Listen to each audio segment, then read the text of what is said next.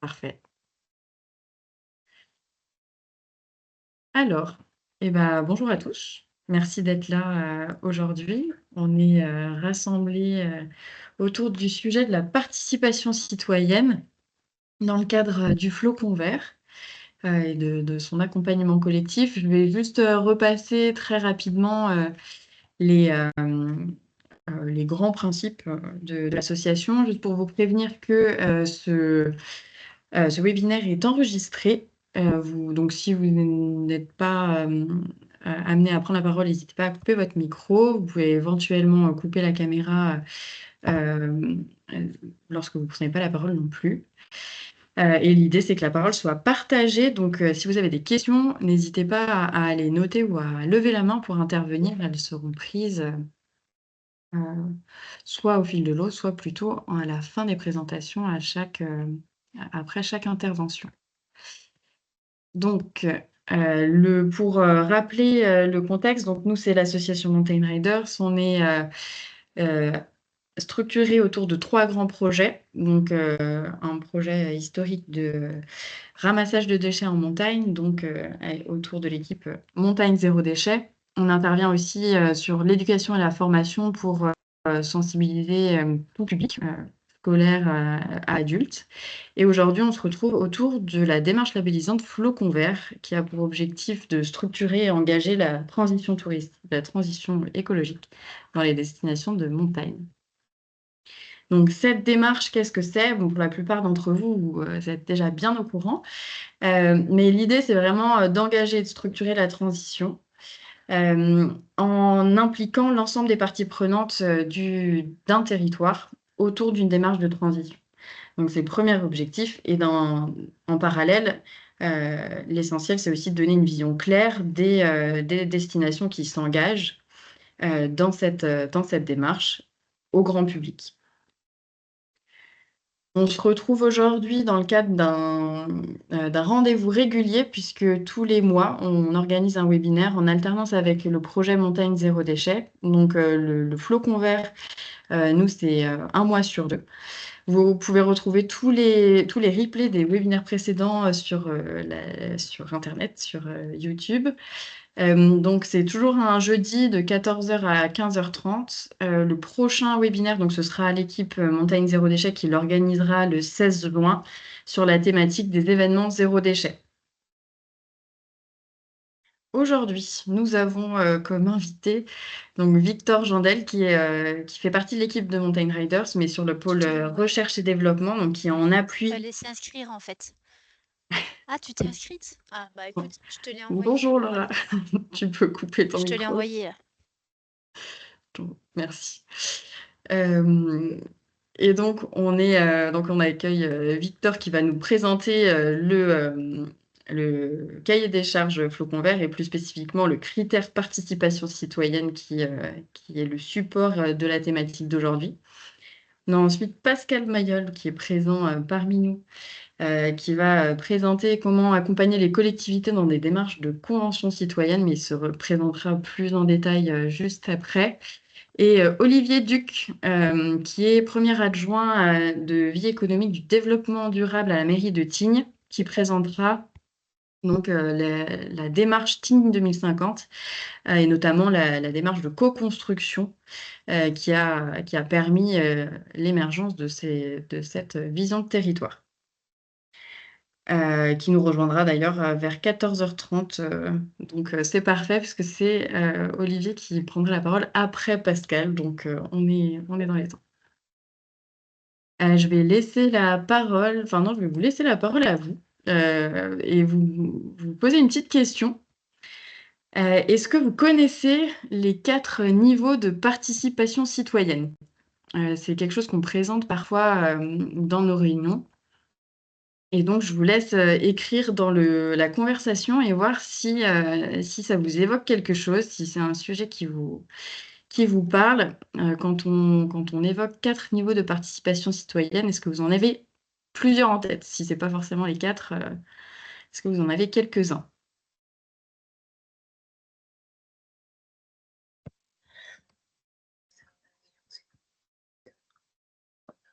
Donc, n'hésitez pas à noter ce qui vous vient en tête dans le chat.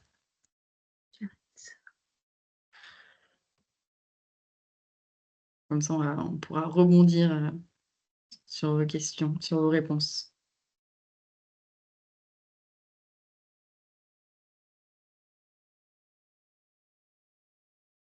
Alors, on a information, consultation, concertation, co-construction.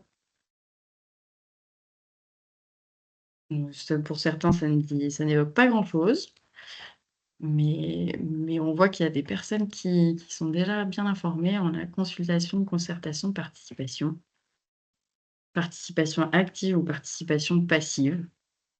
On a déjà des bons éléments et je vais pouvoir laisser Victor, enquête publique aussi, je vais laisser Victor du coup vous répondre sur la vision de Mountain Rider sur la enfin, en tout cas la participation citoyenne. Exactement. Merci beaucoup Estelle pour cette introduction. Merci pour vos réponses dans le chat. Effectivement, on a déjà on a déjà beaucoup de réponses. Enfin, on a déjà les réponses aux différentes échelles de la participation citoyenne. Et effectivement, la première étape entre guillemets de la participation, ça va être l'information. Qui est une condition préalable et indispensable à toute participation. Et c'est s'assurer que tous les citoyens et toutes les personnes aient accès aux informations concernant les projets au sein d'une destination. Ensuite, on arrive à un échelon supérieur à la consultation. Et ici, on sollicite l'avis des habitants, par exemple à travers des questionnaires, des réunions publiques. Et c'est une écoute active de leurs préoccupations et de leurs suggestions.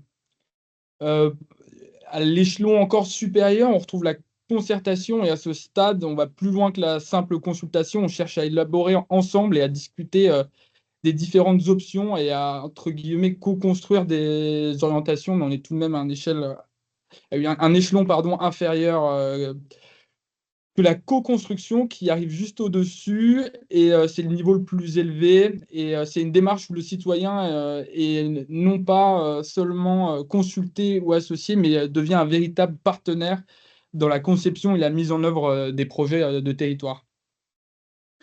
Donc ça, c'était pour l'introduction. Et dans le cahier des charges Flocon Vert, la participation citoyenne est imbriquée dans la thématique gouvernance et résilience. Plus spécifiquement, dans le cahier des charges, on retrouve deux sous-critères.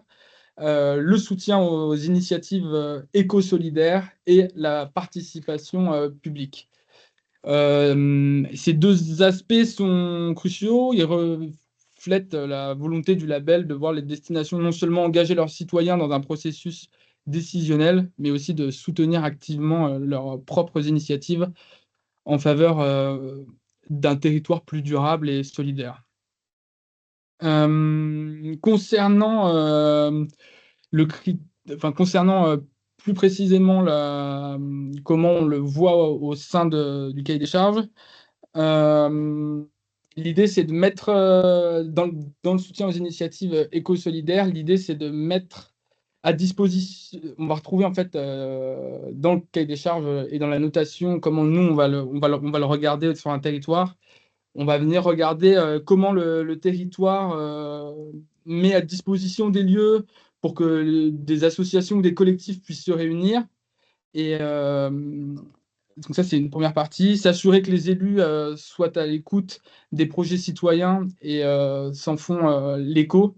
C'est un rôle de relais et de valorisation des initiatives qui sont mises en place sur le territoire. C'est de maintenir également un répertoire des associations et de leurs contacts, de leurs projets, et que cela soit à jour et accessible, toujours dans le cadre un peu de l'information, un principe de base à la participation, d'encourager la synergie en lançant des appels à projets communs ou en créant des occasions de rencontres entre les acteurs. Et de manière très concrète, c'est d'intégrer et de dédier un budget qui soutiendra des initiatives solidaires et écologiques. Dans la partie participation publique, ça concerne plus directement l'implication des citoyens dans des projets de la destination. Et l'idée, c'est on va regarder le recueillement régulier de la vie de la population.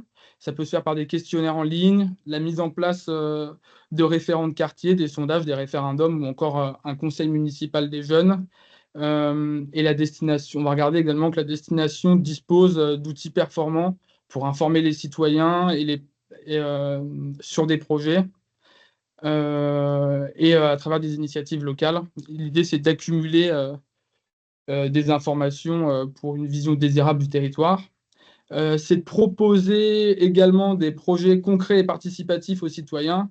Et ça s'agit d'aller au-delà de la consultation en offrant des opportunités de contribution concrètes comme des chantiers participatifs, l'organisation de manifestations culturelles, du bénévolat ou des mobilisations citoyennes. Et enfin, faire en sorte que le territoire y avait à voir et que ce soit de manière systémique, que les citoyens soient invités à prendre part à certaines décisions. Et toujours pour mêler ça au budget, c'est de dédier des ressources financières et humaines à cette participation en mobilisant les habitants et habitantes. Et en résumé, le cahier des charges Flow Convert, il attend que les destinations elles soient proactives pour créer un environnement favorable à l'engagement citoyen, que ce soit en soutenant les initiatives locales ou en intégrant les habitants au processus qui façonne l'avenir du territoire. Et pour pouvoir avoir une vision un peu plus concrète de tout ça, je vais laisser la parole à Pascal Mayol qui présentera la mise en place concrète de la participation citoyenne. Merci Victor. Donc c'est à moi. Oui, j'arrête le partage et je te laisse la main, Pascal. Je vais donc vous partager mon écran.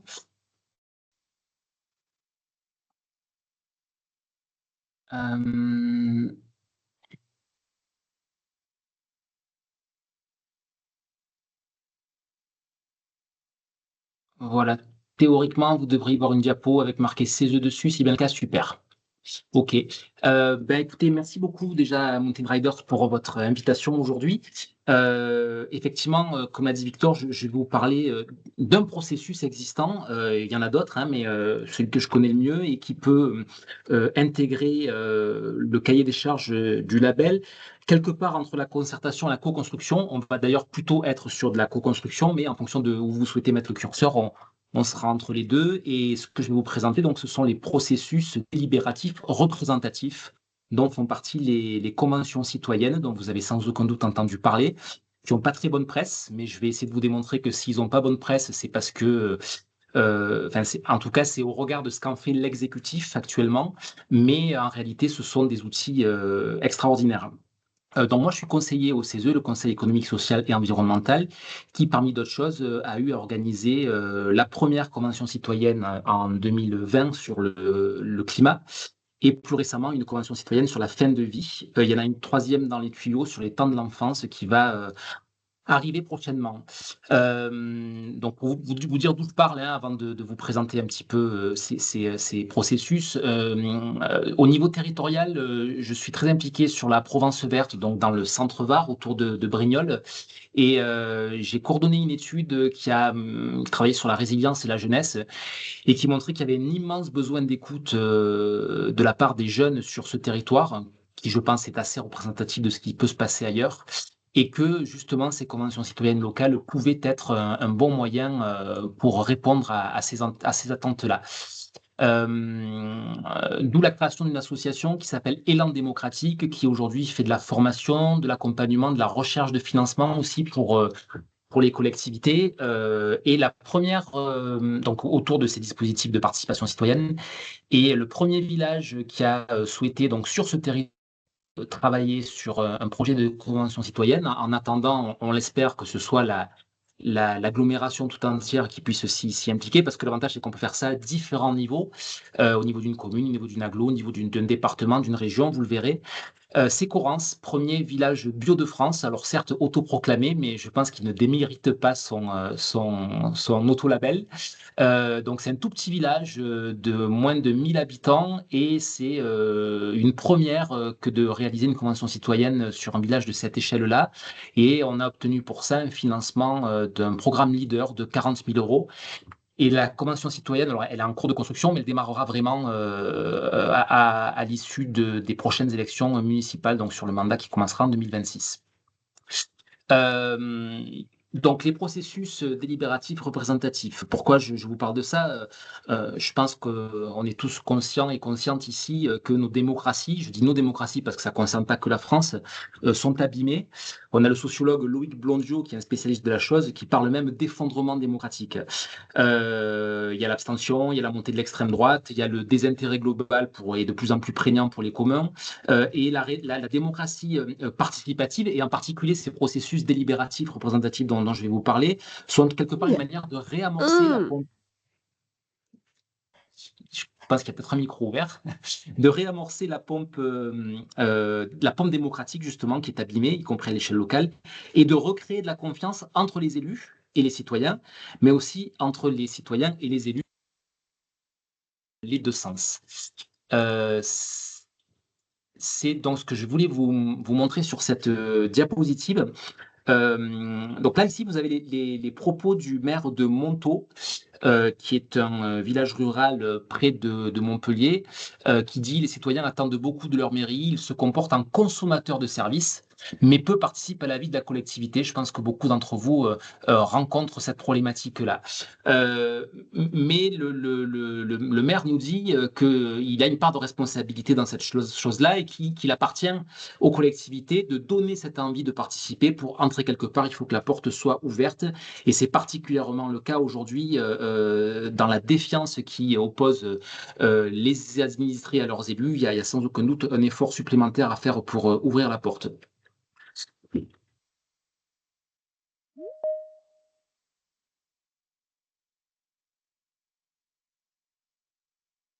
Ok, ça marche, merci.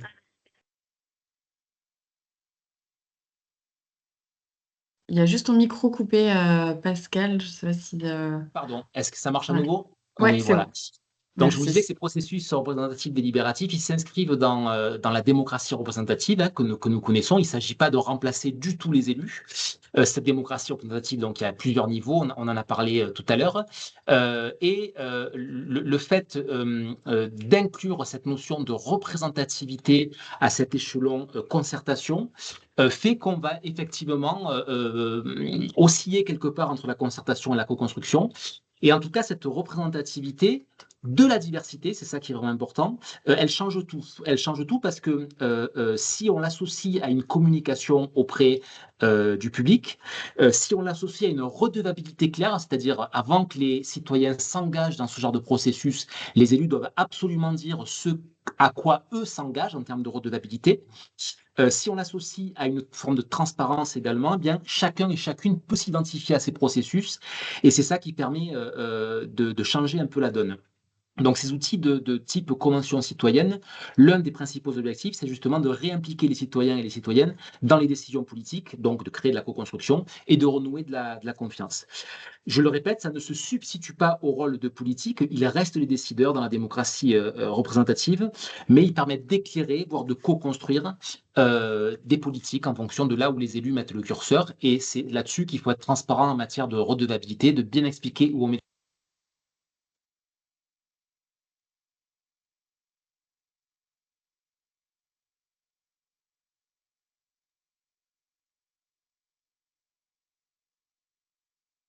Je suis désolée, on ne t'entend plus. Je ne sais pas si ça se désactive tout seul au bout d'un moment, mais Ça marche à nouveau là?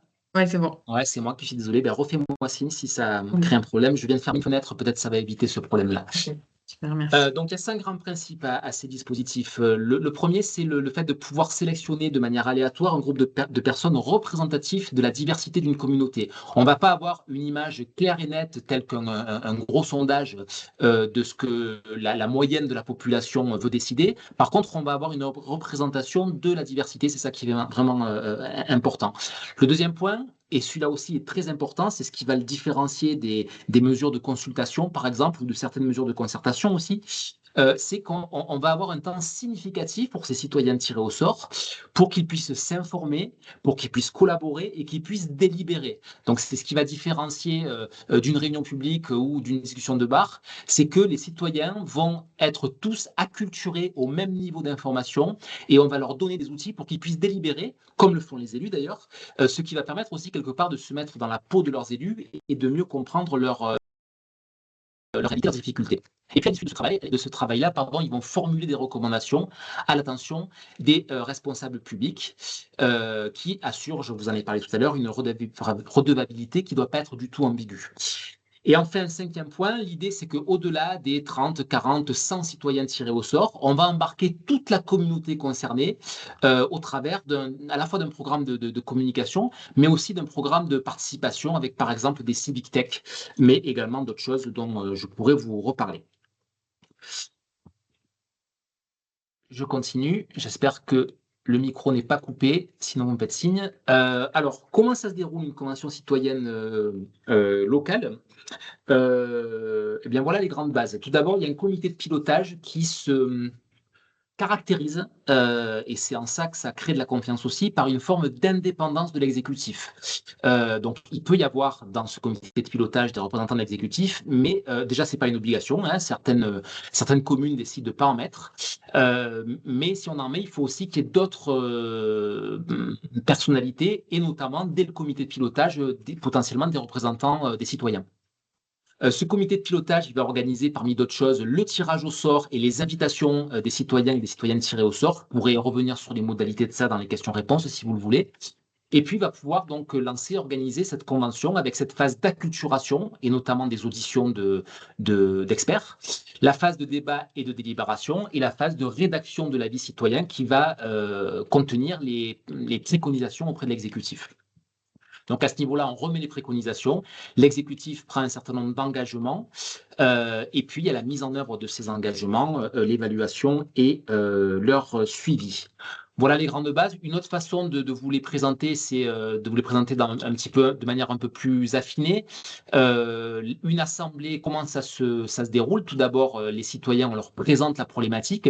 Ils peuvent d'ailleurs avoir reçu en amont de la première assemblée des ressources documentaires pour commencer à s'acculturer sur le sujet. Ils vont donc avoir cette phase d'acculturation, d'investigation.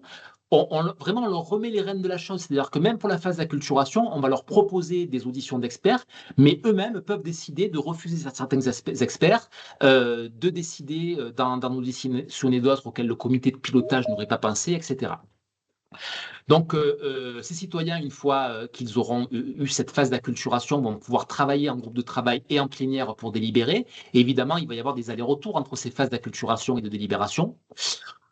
On peut également intégrer, notamment par les civic tech, des contributions du grand public, hein, au-delà de ces citoyens tirés au sort, je vous en parlais tout à l'heure. Ils vont, sur la base de ce travail, produire des préconisations et rédiger un avis. On peut imaginer que ces préconisations soient à nouveau mises à consultation du grand public avant d'être fournies à l'exécutif. Et puis, l'exécutif peut même décider, une fois qu'il a retenu un certain nombre de ces préconisations, les mettre à votation pour choisir des priorités, par exemple. Donc, vous voyez qu'il peut y avoir vraiment tout un tas d'allers-retours entre l'exécutif et les citoyens. Et puis, enfin, on met en œuvre les propositions retenues sur le court, moyen et long terme. Alors, quels sont les intérêts de ces processus délibératifs représentatifs? Donc, il y a des intérêts évidemment pour le commanditaire d'ores et déjà. Donc, ça améliore l'efficacité des politiques en exploitant l'intelligence collective, c'est-à-dire qu'on va profiter des savoirs des personnes impliquées parce que la délibération permet de quitter le terrain de l'opinion publique pour celui de la position collective mûrement réfléchie. Ça favorise une vision à long terme. Les élus, par définition, ont une vision court-termiste parce que leur mandat est un mandat à court terme. Et les assemblées citoyennes, ça leur permet de pouvoir s'appuyer sur la volonté citoyenne pour pouvoir faire des propositions de long terme qui, sans ça, auraient du mal à passer et potentiellement pourraient remettre en question leur prochain mandat. Or là, en s'appuyant sur ces dispositifs, ils peuvent, le cas échéant, ancrer leur mandat. Et puis, ça permet de surmonter l'impasse politique. C'est un petit peu lié, hein, quand il y a des choses qui sont très clivantes, par exemple, le fait de pouvoir s'appuyer sur une démarche citoyenne offre un outil de choix pour l'exécutif.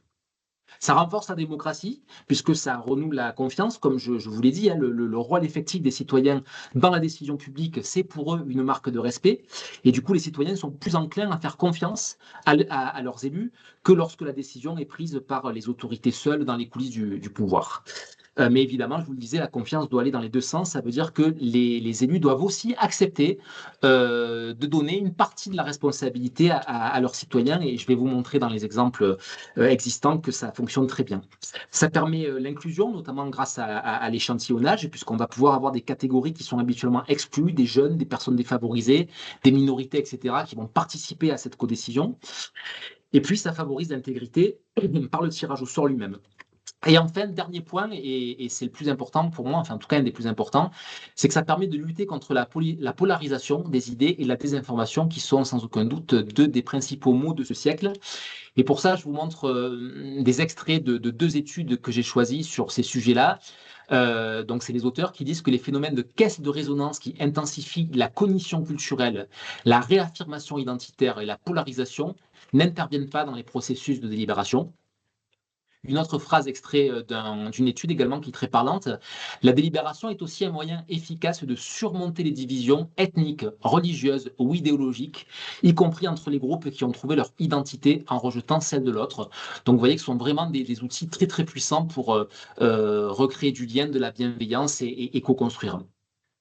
Donc ça renforce le lien social, hein, ce qui est également un intérêt pour le commanditaire et toute la communauté, en créant des apprentissages sur le sujet de la Convention citoyenne, évidemment, mais aussi des apprentissages sur le comment collaborer, comment travailler ensemble, comment trouver des compromis au-delà de nos désaccords, et tout ça, ça va servir toute la société. Ça crée ce qu'on appelle en bon français un empowerment des citoyens. Donc on n'a pas vraiment l'équivalent de ça en français, mais disons que c'est la capacité à prendre le contrôle sur des événements extérieurs qui nous touchent. Ou autrement dit, la capacité ici pour les citoyens à prendre le pouvoir sur des situations que jusqu'à maintenant ils subissaient. Et ça crée un désir de réimplication. Les intérêts pour les participants, vous voyez, tout ça est mêlé, hein, je l'ai classé pour essayer d'être un peu plus clair, mais les intérêts pour les participants, j'ai déjà cité un certain nombre dans les intérêts pour le commanditaire. Mais ici, donc, c'est ce que j'ai choisi, c'est la valorisation de soi, de sa culture, de son expérience de terrain. J'aime bien dire que les conventions citoyennes, ça permet aux individualités d'exister dans le collectif pour finalement lutter contre l'individualisme. Mais c'est une forme de lutte permacole contre l'individualisme. C'est-à-dire qu'on fait avec les individualités qui existent et qu'on ne doit pas repousser. Mais comment on intègre ces individualités dans le collectif, c'est ce que permettent ces conventions citoyennes. Et parce qu'actuellement, on a tendance plutôt à faire le contraire. Et le fait de censurer les individualités, ça fait qu'on dépossède les citoyens de leur capacité à la participation et qu'on va générer justement de l'individualisme. Donc là, on ne les dépossède pas de ces individualités, mais on les met au service du collectif. C'est aussi une façon de mobiliser le collectif et de lutter contre l'éco-anxiété, puisque ça nous met dans l'action. Ça nous donne un pouvoir décisionnel dans la proximité, et puis ça génère aussi de l'émancipation sociale, en particulier pour les publics qui étaient éloignés de tout ça. Je vous cite ici une philosophe de l'université d'Aix-Marseille, Joël Zask, qui dit que c'est en produisant les conditions de ce développement à la fois individuel et collectif que l'on crée la possibilité d'une coexistence démocratique. Et évidemment, une véritable participation et une véritable co-construction se fait très en amont de la décision politique. Donc, c'est pas au dernier moment qu'on consulte les gens, c'est vraiment très en amont pour leur donner les moyens d'influer concrètement sur les conditions de cette existence commune. Et si je donne un exemple un peu caricatural, il ne s'agit pas de proposer aux citoyens de choisir la couleur du dallage pour la réfection de la place, mais il s'agit de les interroger réellement sur la pertinence d'un projet municipal de réhabilitation de cette place. Voilà, ça permet de voir un petit peu où est-ce qu'on met le curseur sur ce genre d'expérience. Je vais rapidement, juste pour vous montrer, mais je pourrais revenir dans les questions-réponses, s'il vous plaît, parce que je veux garder un peu de temps pour vous présenter un petit film, vous dire qu'il y a quelques expériences en France qui sont très constructives. La région Occitanie, Nantes Métropole, Grenoble-Alpes Métropole, des choses également à des niveaux plus locaux, comme Est Ensemble, qui est un établissement public territorial, sur lequel je m'apaisantis quelques secondes pour vous dire que ça fait partie du Grand Paris, mais c'est un territoire qui est très populaire, avec 32% des ménages qui sont en situation de précarité énergétique, 29% de population qui vit sous le seuil de pauvreté, à peine 6 mètres carrés d'espace vert accessible par habitant. Donc vous voyez qu'on, même sur des territoires difficiles, et j'ai envie de dire encore plus sur ces territoires-là, on a la possibilité de mettre en place ce genre d'outils participatifs. Voilà, au niveau des communes et des villes, la ville de Nancy, la ville de Clermont-Ferrand également. Et la dernière, et c'est sur celle-ci que je terminerai pour vous présenter ce petit film. Donc l'exemple de Bordeaux, à Bordeaux, il y a vraiment un contexte qui s'appelle le contrat démocratique de la ville, qui est un contexte démocratique très global, au sein de laquelle une convention citoyenne a été mise en place dans l'hiver 2023-2024. Il y a 92 membres citoyennes tirées au sort qui ont participé à cette convention citoyenne. Et le thème, c'était comment agir collectivement pour nous adapter à l'urgence climatique.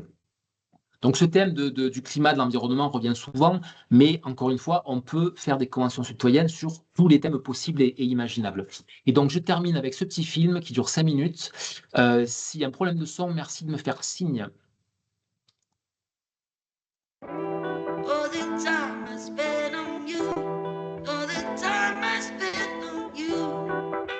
Sous l'appui de différents experts, dont certains sur notre demande, nous avons décidé de nous séparer en 3 groupes avec des méthodes de réforme différentes. Le récit, Ozon et la décarbonée. Le groupe Ozon, qui s'appelait au départ la transgression, en fait, qui essayait toujours de trouver des marges, des principes. C'est sortir du cadre, en fait, parce qu'aujourd'hui, on se rend compte que par habitude, par réglementation, par culture, eh bien, on est formaté. Donc, on fait un certain nombre de choses un peu tous pareils, sans trop se poser la question du pourquoi. Alors, effectivement, ce groupe Ozon, il résulte du constat partagé par toutes et tous. On est au courant des causes, des conséquences du dérèglement climatique. On a eu d'innombrables scientifiques qui ont documenté la question, qui ont préconisé des actions concrètes à mettre en œuvre dès maintenant. On pense que pour prendre ce virage écologique, il est temps d'être audacieux, et vous l'avez bien dit tout à l'heure, monsieur le maire, pourquoi pas transgressif. Dans notre travail, on a imaginé de nouveaux modes de faire pour l'avenir.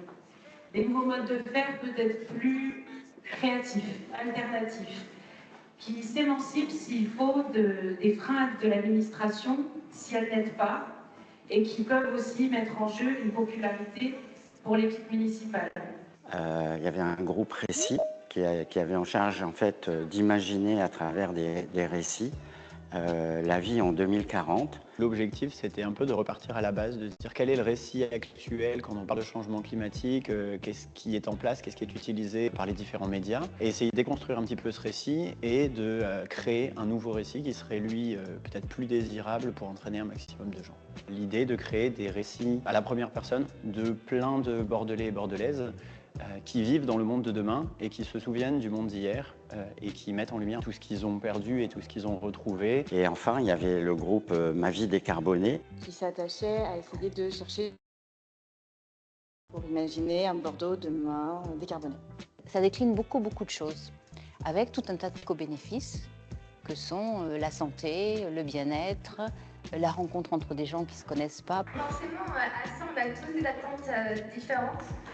Certains pensaient que ce serait un travail qui serait très restreint dans les thématiques, d'autres au contraire craignaient cette liberté totale dans les thématiques à aborder.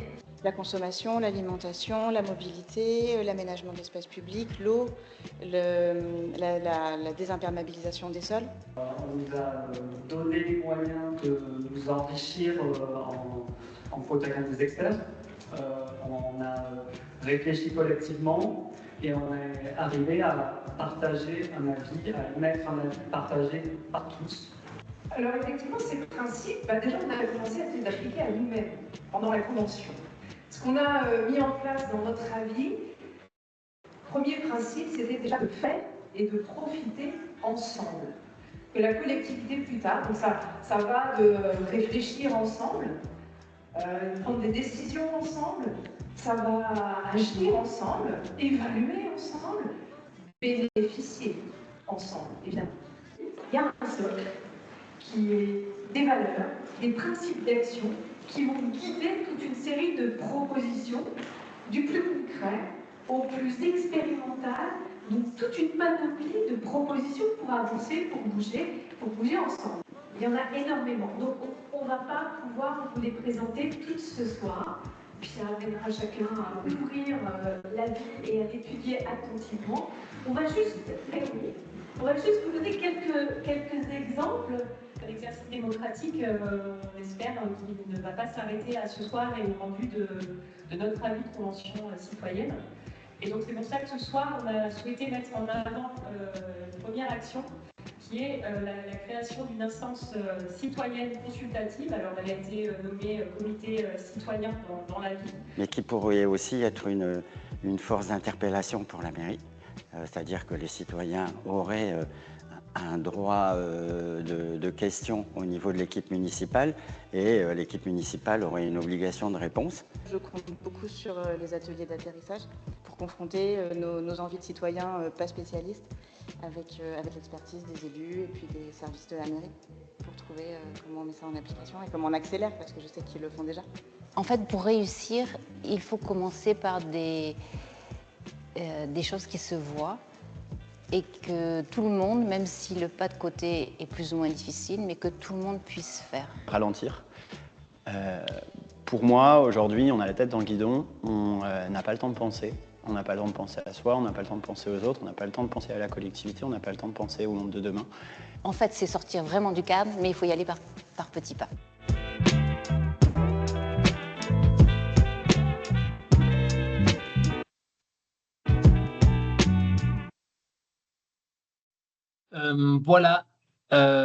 Voilà donc l'exemple de la ville de Bordeaux. Je vais arrêter le partage, mais je crois que c'est fait. Juste pour conclure, vous citez Joël Zask à nouveau, donc la philosophe dont je vous parlais tout à l'heure, qui dit l'écologie ne peut être que démocratique et la démocratie écologique. On doit occuper un lieu, y vivre, s'y attacher pour vouloir en prendre soin. Et ce n'est qu'en ayant le sentiment que les institutions communes nous appartiennent et en participant activement à leur gestion que nous trouvons intérêt à en prendre soin. Donc, au travers de ces phrases-là, elle nous reparle des communs. Et encore une fois, les conventions citoyennes locales sont des super outils pour prendre soin des communs. Merci beaucoup pour votre attention. Merci beaucoup Pascal. On a quelques questions du coup, une de Christelle qui demande si tu as une idée du budget que représente la constitution, l'animation d'une convention citoyenne, comme celle de Bordeaux. Et peut-être que tu as des exemples aussi pour des territoires plus petits, puisque j'imagine que le coût est lié aussi à la taille du territoire. Ouais, tout à fait. Alors, j'ai pas les chiffres en tête, mais je pourrais vous les trouver et vous les envoyer à Mountain Riders, vous les redistribuerez. Mais sur une ville comme Bordeaux, c'est plus de 100 000 euros. Donc, c'est des budgets conséquents. Sur Correns, donc le village dont je vous parlais au début, sur cette convention citoyenne qu'on est en train de mettre en place, c'est 40 000 euros. On peut faire avec moins, on peut faire avec plus. Évidemment, en fonction du budget qu'on va avoir, on va pouvoir placer un curseur à différents endroits. Mais il y a des financements pour ça, des financements publics comme des financements privés, puisque ça a quand même plutôt le vent en poupe, ce genre de choses. Et donc, on peut aller à la recherche de fonds tels que les financements leaders, par exemple, dont je vous parlais tout à l'heure, qui peuvent tout à fait cofinancer ce genre de projet. Et juste pour avoir une idée de la taille, enfin, le nombre d'habitants de Correns. À Coran, c'est tout petit, c'est 900 habitants. Parfait. Bah, mais c'est finalement à peu près le nombre d'habitants d'une destination touristique de montagne, donc ça peut faire parler certains des auditeurs. Et on a Claire qui demandait justement, enfin, qui posait une question sur le terme de redevabilité que tu as employé dans les ingrédients clés.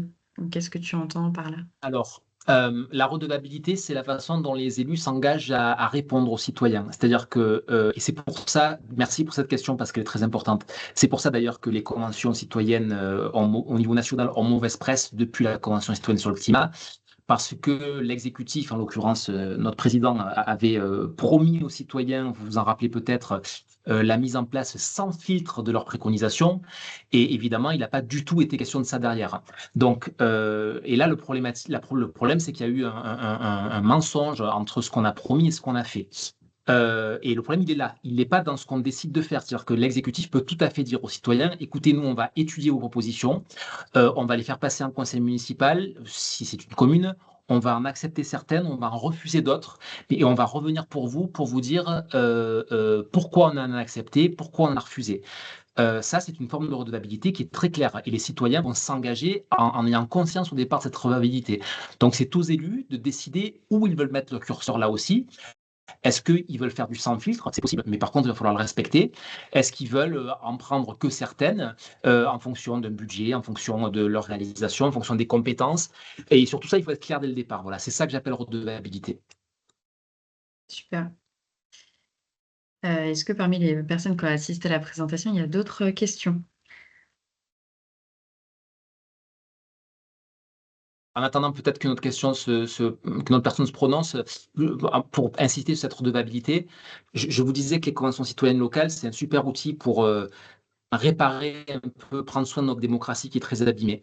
Mais sous réserve qu'on respecte cette redevabilité. Parce que si on ne le fait pas, en mettant en place ce genre de dispositif et qu'on ne respecte pas cette redevabilité, on détruit encore plus notre démocratie. Donc c'est vraiment important.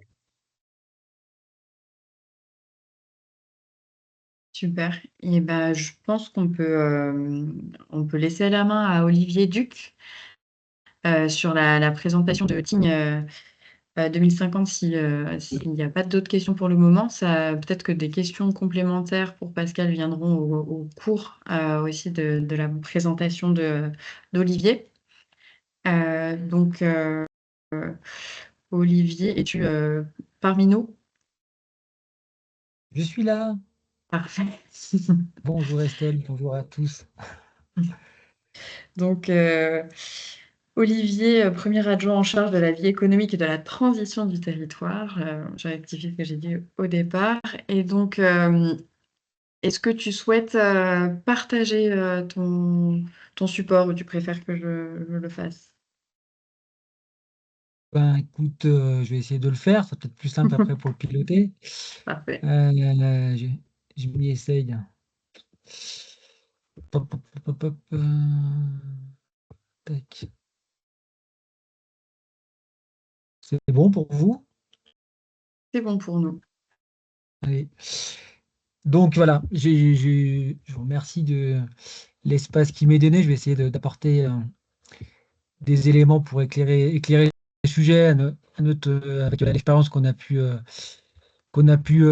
vivre dans le cadre de la démarche Imaginons Tignes 2050, qui a eu lieu entre l'été 2023 et 2024. Alors, tac, tac. Déjà, pour vous expliquer la démarche, hop, là. Quel était le besoin, en fait, d'où est née cette démarche, en fait, J'ai des petites, pardon, j'ai des petites pop-up qui s'affichent entre-temps.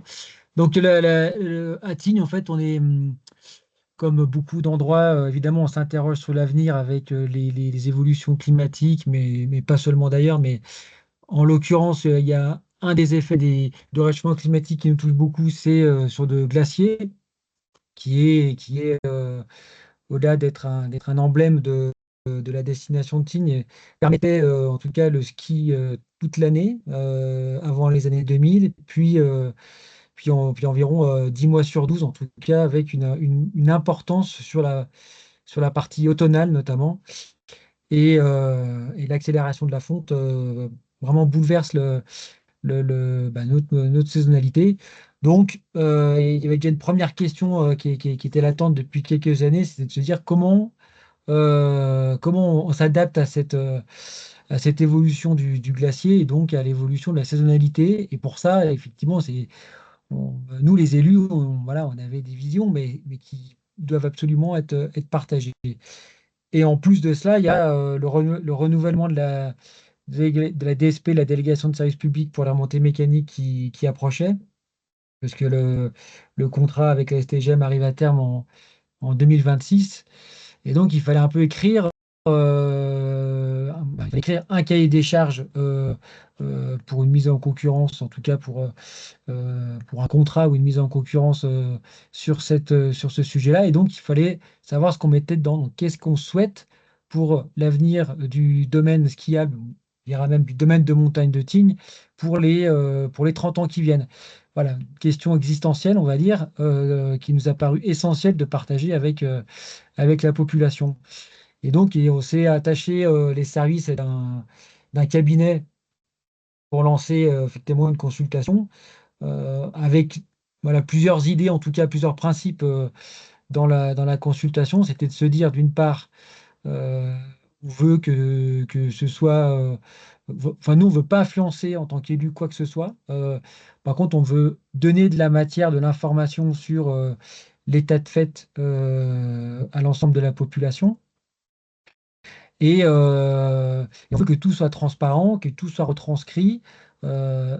Et en revanche, pour enchaîner sur ce qu'on avait dit, c'est une consultation, ce qui ne veut pas dire que à la fin, tout sera repris. Voilà, ça aussi, quelque part, le deal était clair, c'était de dire, voilà, on va essayer évidemment d'en tirer des enseignements, mais à la fin, ce sera le conseil municipal qui tranchera sur les questions, sur ce qui en ressortira, et donc des décisions qui en suivront. Donc, comment on a déroulé la démarche? Ça s'est fait en 2 temps. Le premier temps, voilà, c'était un peu de réfléchir très largement, très ouvertement sur une vision de Tignes en 2050, se dire comment on y habite, comment on s'y déplace, comment on y travaille, où ça, voilà, une vision assez large de qu'est-ce que sera le ski demain, la place de l'été, de l'hiver, où en fait chacun pouvait assez librement exprimer un point de vue sans tabou quelque part. Et donc il y a plusieurs temps qui ont été initiés dans ce but-là. Donc en fait, il y avait même 12 rendez-vous. Alors au début, on s'est dit, quand le cabinet Mémo Conseil qu'on avait choisi nous arrive avec 12 rendez-vous, il dit mais 12 rendez-vous c'est énorme, pourquoi on a besoin de tant que ça quoi. Bon, il se trouve que on s'est confronté au fait que lancer une démarche, c'est pas si simple et que les premiers rendez-vous, ça permet de faire parler, de faire monter petit à petit la mayonnaise. Et donc, il fallait bien tous ces temps, quelque part, pour arriver à quelque chose d'assez complet comme avis exprimé. Donc, voilà, on a fait des balades en extérieur, justement pour se déplacer et sortir quelque part des murs, donc dans les villages, en montagne, au bord du lac, voilà, pour parler aussi, c'est appréhender l'avenir de Tignes en s'inspirant de son histoire, notamment parler de la mobilité, parler de toutes ces choses-là. Donc au départ, un premier rendez-vous, on devait être 8, hein, pour vous donner une idée. Donc c'est un petit peu angoissant sur le coup. Et puis après, petit à petit, ça monte, 15, 20, etc. Donc il y a des rendez-vous qui marchent mieux que d'autres. Parfois, on se retrouve avec une moyenne d'âge de 60 ans, donc c'est pareil, c'est pas un long feu tranquille. Et puis on s'est dit, bah, justement, les jeunes, c'est quand même dommage, parce que ça, de manière générale, quand on fait des réunions en salle, etc., ils participent pas tellement. Donc on s'est dit, il faut absolument aller les chercher. Donc c'est pour ça que j'aimais aller les chercher dans leur univers.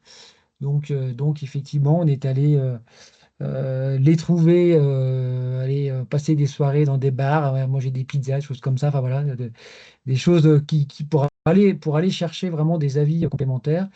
Évidemment, les socioprofessionnels aussi, qu'on a consultés en parallèle. Et, euh, et évidemment, tous les acteurs, on va dire, institutionnels qui gravitent autour de la commune, la régie des pistes, bah, la STGM et Team Développement, qui est le délégataire qui gère tout le projet touristique de la destination. Donc voilà, ça a été, on va dire, 6 semaines de consultation, d'échange, et pour l'expression de 240 avis. Donc c'était quand même assez large, satisfaisant. Donc 160 personnes qui se sont exprimées pour une commune qui regroupe 2000 habitants, voilà, pour reprendre la donnée. Et de cela, en fin de première session, on a fait une réunion publique de restitution, justement, pour reprendre un peu ce qui a été dit. Alors, on n'a pas repris tout in extenso, mais par contre, rassembler les idées sur ce qui faisait, ce qui était cohérent, les idées forces qui se retrouvaient dans ce qui avait pu être dit. Également, d'autres choses qui avaient été évoquées, mais pas vraiment retenues, pour quand même commencer un petit peu à resserrer sur ce que pouvait être la vision de Team 2050. Bon, la vidéo, je ne vais pas passer parce qu'elle ne fonctionne pas. La deuxième phase, il fallait qu'on rentre un peu plus dans le vif du sujet, parce qu'à la fin, il nous fallait quelque chose de vraiment exploitable pour nous aider à réaliser ce cahier des charges à destination d'un délégataire d'exploitation du domaine de montagne. Voilà.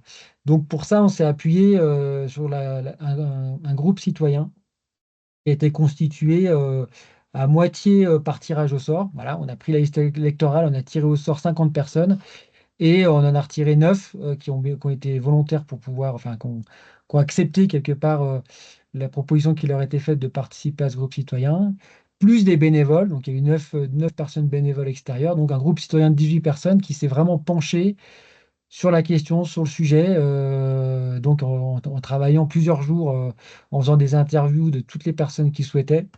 Ils n'ont pas interrogé des élus, mais voilà, des experts des domaines skiables, des experts climatiques, des experts, enfin voilà, tous les experts divers et variés. Et ils nous ont rendu un avis qui a été assez structurant et dont on s'est bien inspiré, qui était, on doit dire, assez en ligne avec ce que nous, élus, on avait déjà en tête, mais avec des nuances. Et un avis qui était, voilà, factuel et adapté, en tout cas avec ce dont on avait besoin. De cet avis, on a réélargi quelque part la concertation, notamment autour des socioprofessionnels. On l'a partagé à l'ensemble de la population. On a également transmis des cahiers d'acteurs à tous nos partenaires, bah, dont Mountain Rider, notamment toutes les structures qui gravitent autour de Tignes, qui peuvent être intéressées par l'avenir de Tignes. Donc toutes les associations environnementales, mais également le parc de la Vanoise, EDF qui intervient sur Tignes, afin que chacun puisse, à un moment donné, donner son avis sur la vision, les points de vigilance, les points d'attention, les opportunités que pouvait représenter Tignes en 2050. Et voilà, avec tous ces éléments-là, on a pu à la fois réaliser un bilan exhaustif et rendre un bilan exhaustif qui était en ligne de tous les avis exprimés pour que aucun avis ne soit pas publié. Donc tout est publié, tout le monde peut retrouver ce qu'il a dit. Et en même temps, eh ben, nous, élus, on a réalisé un projet cohérent qui était quelque part un mix de la vision qu'on avait également du territoire et de tous les avis qui ont été rendus, qui ont complété la vision avec des arbitrages qui ont été donnés. Donc voilà, les grandes tendances de la vision de Tignes 2050, ce qui revenait, c'est notamment que l'exploitation du domaine de montagne, il doit servir avant tout la vie à l'année à Tignes, voilà, que l'on souhaite préserver, ça reste le cœur du projet, autour d'un tourisme responsable et innovant, voilà, Donc, quand on dit responsable, on parle notamment du cas du glacier et de sa gestion et quelque part sa diversification. Oui, la fin du ski sur le glacier voilà, va arriver et pour autant, on ne doit pas faire n'importe quoi pour la poursuivre et pour la remplacer. La question de l'accessibilité à la montagne, évidemment, c'est aussi un sujet qui a été évoqué avec voilà, l'envolée quelque part des tarifs qu'on a connus ces dernières années. Alors voilà, il y a des coûts d'exploitation qui le justifient par moment, mais on a également une vision d'avenir, en tout cas, on doit préparer la DSP pour que cette accessibilité reste de mise, pour notamment la jeunesse, la famille puisse continuer ou à venir skier ou à découvrir le ski. La question des mobilités qui est sans cesse revenue, collective et partagée, que ce soit pour les résidents, mais aussi pour les vacanciers.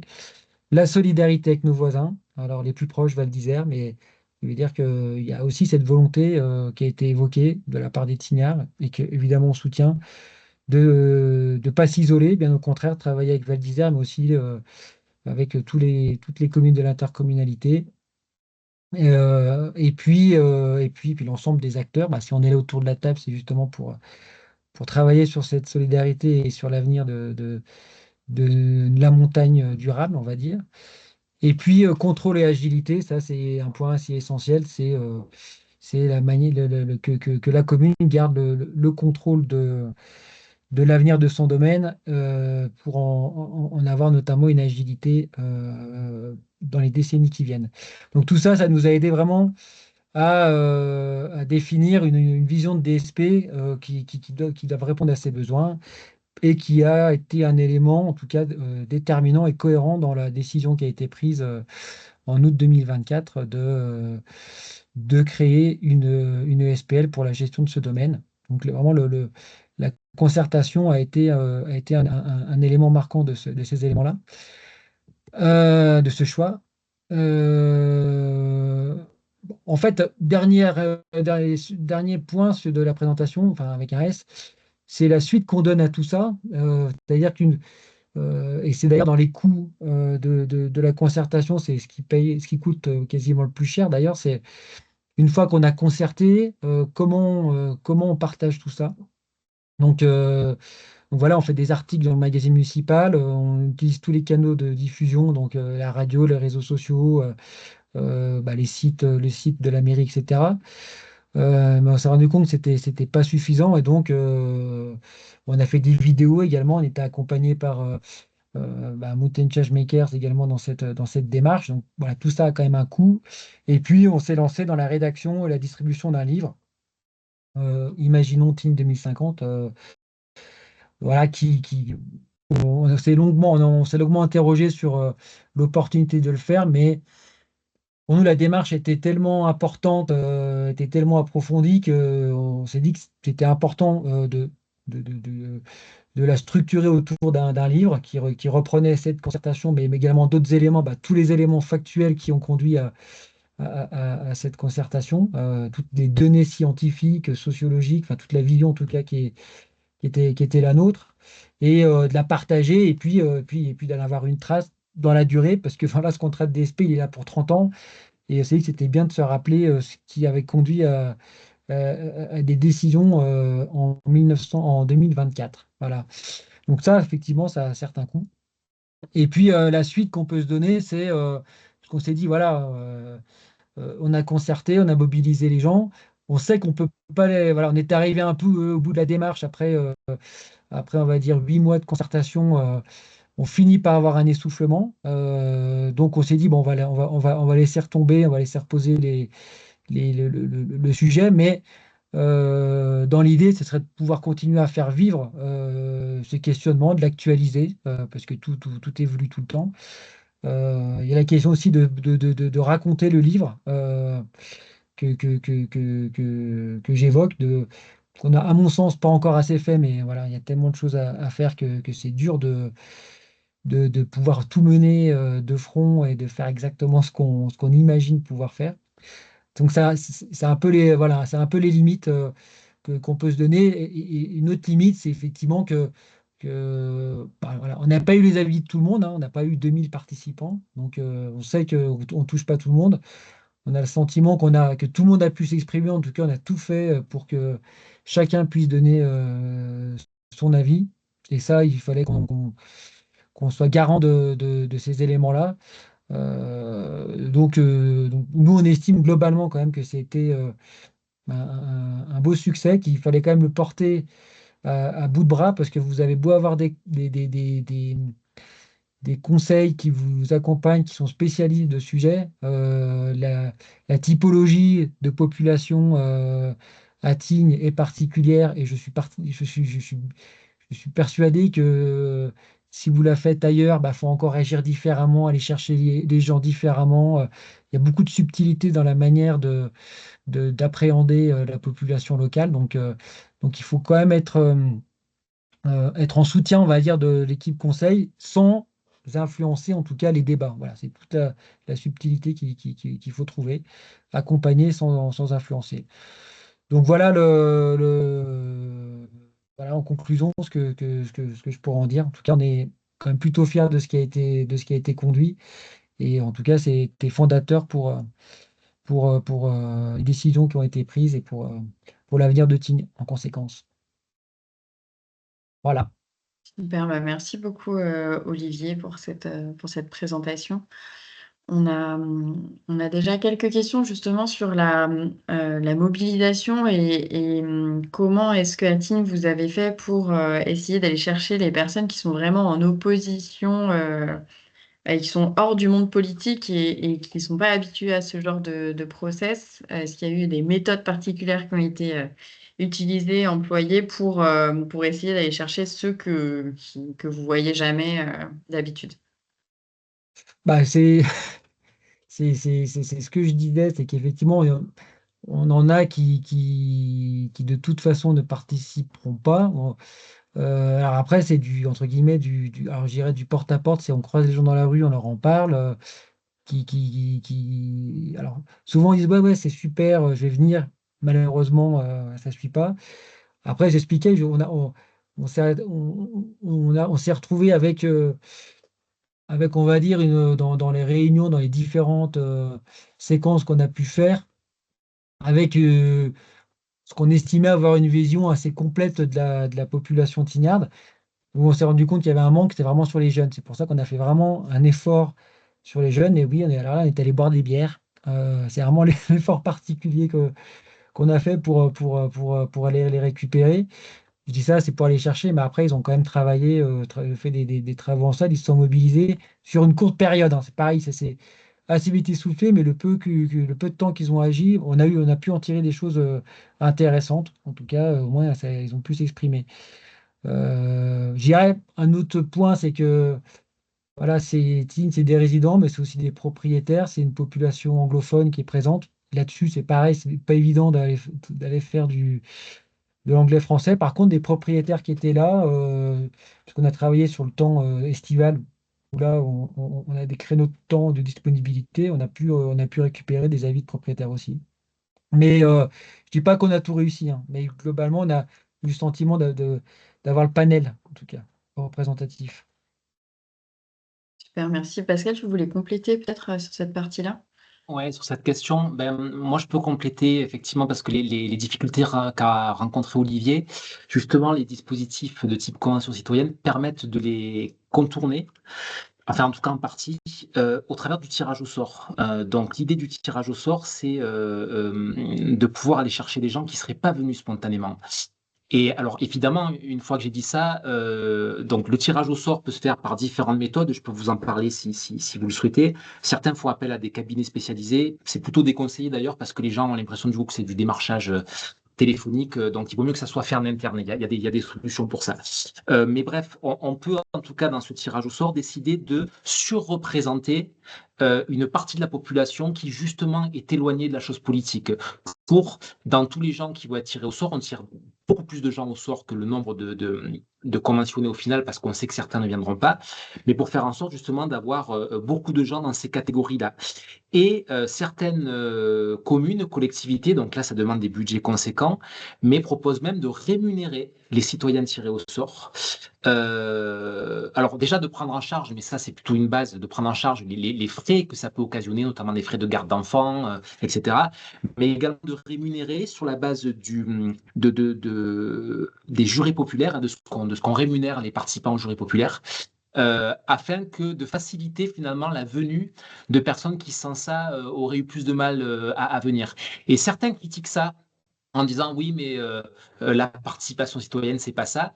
Sauf qu'on est dans un tel contexte aujourd'hui de défiance et de rupture démocratique que c'est une façon de réamorcer la pompe. C'est-à-dire que venez, en échange de cet effort, on va vous payer et vous verrez que quand vous serez parti de cette expérience, vous n'aurez pas regretté et sans doute que la prochaine fois, vous serez prêt à le faire gratuitement. Voilà, donc il y a des solutions qui sont plus ou moins engageantes, mais il y a quand même des solutions pour faire venir des gens qui ne seraient pas venus sans ça. Ça a été effectivement à un petit niveau, le cas de notre tirage au sort pour la. Effectivement, c'était l'idée du groupe citoyen. Je veux dire, c'est pas seulement des volontaires, c'est aussi on va aller chercher un petit peu au hasard, quoi. Donc, et effectivement, c'est des gens qui seraient pas venus si on les avait pas appelés pour dire vous avez été tiré au sort. Donc, effectivement, c'est une idée. Et ça peut se faire. Alors, je précise, en tout cas, à notre niveau, en tout cas, nous, on ne demandait pas de mobilisation. Alors, le groupe citoyen, c'était particulier parce que, voilà, comme j'ai dit, ils ont dû en cumuler. Alors, on les a mobilisés sur l'intersaison pour que c'est des temps plus calmes, avec des vidéos, etc., parce que tout le monde est un peu éparpillé, pas forcément sur site à Tignes à cette période-là, mais donc ils ont travaillé peut-être une dizaine de jours. Mais sinon, les temps de mobilisation, ça marche par des périodes de 2-3 heures, quoi. Voilà, on ne demande pas. Enfin, je pense qu'on peut faire des travaux, des ateliers, allez, de 3 heures qui ne sont pas trop engageants en termes de temps. Il faut juste effectivement que les personnes aient envie. Je pense qu'il y a un frein aussi qu'ils peuvent rencontrer les gens, c'est qu'ils ne se sentent pas légitimes, en fait, parce qu'ils n'ont pas la connaissance suffisante du sujet. Et donc, il faut aussi rassurer là-dessus, de dire que justement, nous, ce qu'on souhaite, c'est leur avis en tant que. Alors, on essaie d'éclairer au maximum en préambule des ateliers, mais on sait très bien enfin, et c'est normal que les personnes, elles aient leur prisme, leur vision, et c'est ça qu'on vient chercher avec les éléments dont ils ont à disposition. Donc, il faut aussi rassurer, je pense, des gens qui se sentent pas légitimes. Il y a Claire qui demande de rappeler le cabinet qui vous a accompagné dans cette démarche. Ouais, c'est Mémo Conseil, que David Chevalier et Adrien Baloco qui ont travaillé ensemble. Alors, voilà, ce qu'on a apprécié, parce qu'on a fait plusieurs, on avait fait plusieurs temps, enfin en tout cas, on avait passé plusieurs candidatures. Vraiment, enfin voilà, ce qu'on a apprécié, c'est justement cette compréhension du sujet, cette humilité aussi. Voilà, ils se mettaient vraiment en retrait et l'esprit de synthèse et en même temps de trans. Voilà, eux, ils étaient garants et c'est ce qu'on voulait, garants de la transparence des débats et ça, voilà, c'était très bien. Et en même temps, voilà, ils étaient hyper actifs, justement disponibles pour aller chercher les gens. Ils sont vraiment super mobilisés. Donc voilà, ça correspondait en tout cas à notre besoin. Ok. Estelle, si tu me permets, pour répondre à une question donc dans le chat Estelle, je crois, mais qui est partie, mais qui a dit qu'il écouterait le replay. Je voulais pas répondre pendant qu'Olivier, trop répondre pendant qu'Olivier parlait. Donc, il y a une réponse, il y a une question de Claire. Là, j'ai répondu dans le chat, je vais pas y revenir, mais derrière, il y a une question de Christelle qui prolonger la question de Claire autour des nouveaux termes, enfin en tout cas de termes un peu spécifiques tels que nouveaux récits ou co-bénéfices. Alors déjà, merci pour vos réflexions parce que la vidéo de Bordeaux, c'est la première fois que je l'utilise dans le cadre de ce genre de présentation. J'en ai utilisé une autre d'habitude. J'ai choisi celle-là parce qu'elle était un peu plus courte, mais je ne vais pas la réutiliser parce que je vois elle peut créer des biais sur ce qui se passe vraiment dans une convention citoyenne. Mais en tout cas, sur cette terminologie spécifique, elle est issue de la phase d'acculturation. Ça veut dire que les citoyens et les citoyennes qui ont été impliqués dans la convention citoyenne se sont appropriés ces termes. C'est pour ça qu'il aujourd'hui, ils peuvent les utiliser. Mais voilà, on n'est pas obligé de faire avec ce genre de termes spécifiques, mais je voulais apporter cette précision. Mais encore une fois, et pour résumer ce que j'ai mis à l'écrit, là, ce que vous voyez à Bordeaux, c'est la partie immergée de l'iceberg, c'est-à-dire la cérémonie finale de remise de l'avis citoyen auprès du maire. Mais il y a toutes les phases en amont dans lesquelles vous avez des profils qui sont très très différents de ceux qu'on voit à l'écran là, et qui ont fait ce choix d'être les rapporteurs globaux parce qu'ils sont à l'aise là-dessus et que voilà, mais d'autres sont à l'aise sur d'autres choses et chacun a un rôle pendant la convention. Super, merci. Il y a Célia qui demande si l'accès à la consultation citoyenne est possible à Tignes. Est-ce qu'il y a, il y a le livre du coup qui a été publié. Est-ce que justement c'est ce qui illustre le mieux ce processus? Alors, le livre, il explique le processus en lui-même, hein. Il explique la vision la vision des élus de Tignes 2050 éclairée par la concertation, on va dire. Après, normalement, sur le site internet, il y a toujours de la mairie de Tignes, on pourra vous trouver le lien, enfin, je pense que Laura pourra vous le fournir. Il y a toujours les données qui correspondent à la concertation. En tout cas, tout ça on avait justement, il faut bien poser la question, on avait créé vraiment sur le site de la mairie pendant toute la phase de concertation un onglet supplémentaire en haut, imaginons Tignes 2050 avec voilà, les éléments, justement toutes les données d'entrée, on va dire, de la concertation, puis les bilans de chaque étape, de chaque de chaque rendez-vous en tout cas. Et tout l'ensemble des comptes rendus, tout ça en tout cas était évidemment publié, public et à vocation à l'être encore. En tout cas, si je ne suis pas retourné récemment, mais logiquement, il n'y a pas de raison que ça ne le. Voilà, Laura est efficace, elle l'a trouvé. Donc en tout cas, oui, c'est tout ça a vocation à être public. Et je précise une dernière chose, voilà, voilà, ce qui est important, en tout cas, nous, ce qui nous a rassurés, dans le sens, c'est effectivement à la fin à la fin de la première étape, à la fin de la concertation, évidemment, on fait une restitution. Et voilà, on aurait pu imaginer, en tout cas, c'était fait justement pour que des gens qui se retrouvent pas dans ce qui a été dit, en tout cas, puissent encore interagir, se manifester. Et globalement, c'est quelque chose voilà, qui a globalement fait consensus. En tout cas, la démarche, elle a fait consensus. On n'a eu aucune critique de qui que ce soit qui a dit sur le sujet. Donc, en tout cas, c'est bien à la fin, en tout cas, de faire le feedback, de dire est-ce qu'on est en phase, est-ce qu'on est d'accord, est-ce qu'il n'y a pas de problème sur la manière dont ça a été géré pour sentir à l'aise avec les conclusions qu'on a pu en tirer. Ça marche enfin, au tout début de la démarche, il n'y a pas eu de réticence des élus ou de la municipalité à entreprendre une démarche comme celle-ci?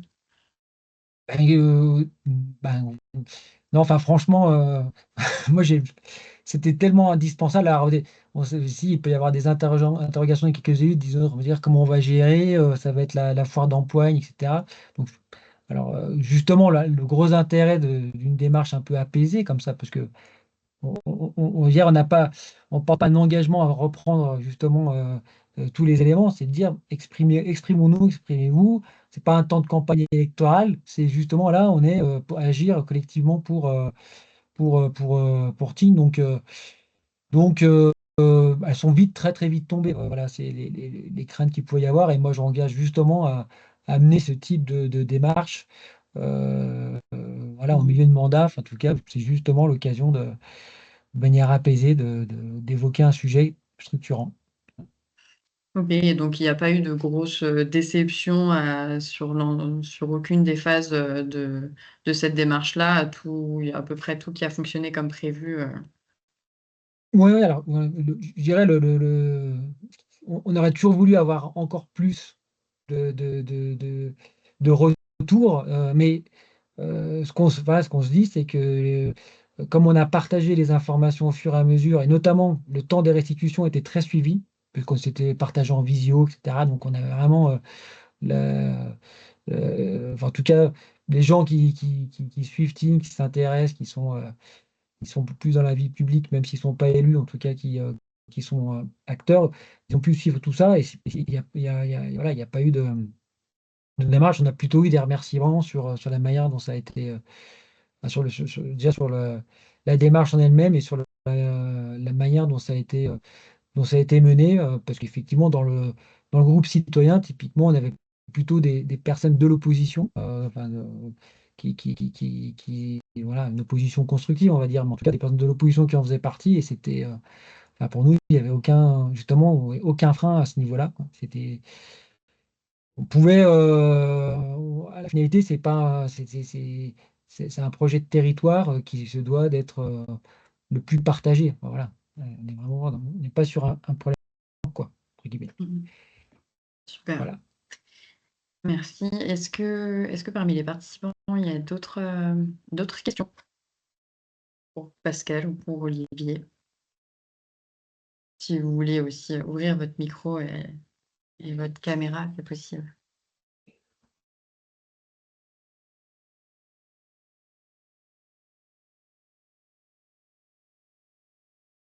En tout cas, n'hésitez pas à poursuivre la conversation. Donc on vous donnera les contacts, les présentations, on transmettra les présentations si nécessaire. Vous avez quelque chose à ajouter, Olivier ou Pascal, un dernier mot sur cette thématique? Peut-être juste un grand merci pour votre intérêt pour tout ça. De même, mais bonne fin de webinaire. Bon, on sait que là, on est plus tant sur des périodes de concertation dans les mois qui viennent, mais en tout cas, pour l'avenir, à partir de 2026, je pense que vraiment, c'est un élément qui est fondateur et je pense qui est moderne en tout cas, et qui permet de déminer. En fait, on pense, ce que je veux dire, c'est qu'on se dit on va peut-être perdre du temps, mais en fait, on en gagne beaucoup à prendre 6 mois, 1 an pour faire cet exercice-là, quoi. Voilà. Merci pour votre attention. Je vais laisser juste la parole à Claire. Je pense qu'il peut-être souhaite évoquer une formation aussi en intelligence collective. Je te laisse la main si tu le souhaites. Merci beaucoup Estelle. Je voulais un peu hacker la fin du webinaire, mais Victor a évoqué le critère participation qui est très important dans notre cahier des charges, mais c'est vrai que la participation, on l'évalue un petit peu dans tous les critères qu'on évalue quand on vient évaluer vos territoires pour le flocon vert. C'est-à-dire que même les mobilités, on vient regarder si le diagnostic a été participatif. Quand on parle des déchets, on regarde les ramassages, les chantiers. En fait, dans tous les critères du cahier des charges, vous avez une partie de votre note qui est liée au fait que les choses soient participatives, collaboratives ou pas.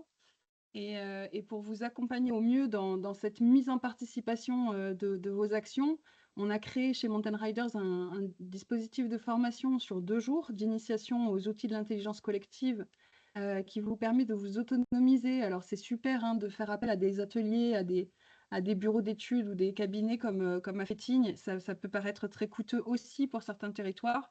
Et dans tous les cas, le fait de se former aux outils d'intelligence collective n'empêche absolument pas, le moment venu, de faire intervenir un tiers sur des questions qui pourraient être plus épineuses. Plus vous vous formerez aux outils de l'intelligence collective et plus vous aurez aussi cette sensibilité qui vous permet de faire appel à des professionnels en temps voulu. Mais en tout cas, on a eu des très, très bons retours de la première promo qui a eu lieu donc en décembre et en mars cette année. On a fait 2 journées de formation. On a d'excellents retours, entre 8 et 9 sur 10 sur tous les items d'évaluation. Donc, on pense que les participants sont extrêmement ravis. On a déjà eu des retours de mise en pratique des acquis de la formation. Donc, on sait qu'elle est en train de faire des petits et de vous permettre sur vos territoires de dérouler des formats plus participatifs de prise de décision et de consultation. Donc ça, c'est génial. Et donc, on a décidé de développer ce module de formation. Donc, il y aura 2 sessions de formation d'initiation à l'intelligence collective dès la fin 2025 et début 2026. Et on est en train de préparer aussi un module de perfectionnement sur 2 jours pour les 3 promos qui auront fait l'initiation puissent faire le module de perfectionnement. Donc, restez connectés. On vous donnera des dates très prochainement pour vous inscrire sur ces 2 prochaines promos. Et je vois qu'Élodie Et Laura sont connectés de Tignes et Ensemble Vercors qui font partie de la promo cobaye de cette année. Et donc, vous voyez que ça ne les empêche pas de s'intéresser à la question et ravi de vous retrouver ici. Et à bientôt. Merci. Super, parce qu'elle demande si c'est en visio ou en physique, et c'est une formation qui est en physique qui a eu lieu à Grenoble pour la première édition. C'est quand même plus sympa et puis plus facile aussi de faire de l'intelligence collective en présentiel. Eh bien, pour conclure, je peux peut-être vous donner rendez-vous au T-Rex bientôt, la semaine prochaine, le 5 juin. Il y a une partie de l'équipe Mountain Riders qui sera à la remise des trophées Flocon Vert à Bourg-Saint-Maurice. Et ensuite, sinon, on se retrouve au prochain webinaire où c'est Margot qui présentera une intervention sur mon événement Zéro Déchet. Et ensuite, vous pouvez aussi participer et vous inscrire dès maintenant à l'Éduc-Tour Flocon Vert qui aura lieu à Font-Romeu. On se déplace dans les Pyrénées le 15 octobre. Et sinon, si vous suivez notre newsletter, vous avez toutes les infos en temps réel. Dès qu'on a quelque chose d'important à vous le dire, on vous le transmet. Je vous remercie à tous pour votre participation. Et je vais pouvoir vous libérer. Et on se retrouve bientôt. Merci, au revoir. Bravo Estelle, merci. Merci beaucoup. au revoir.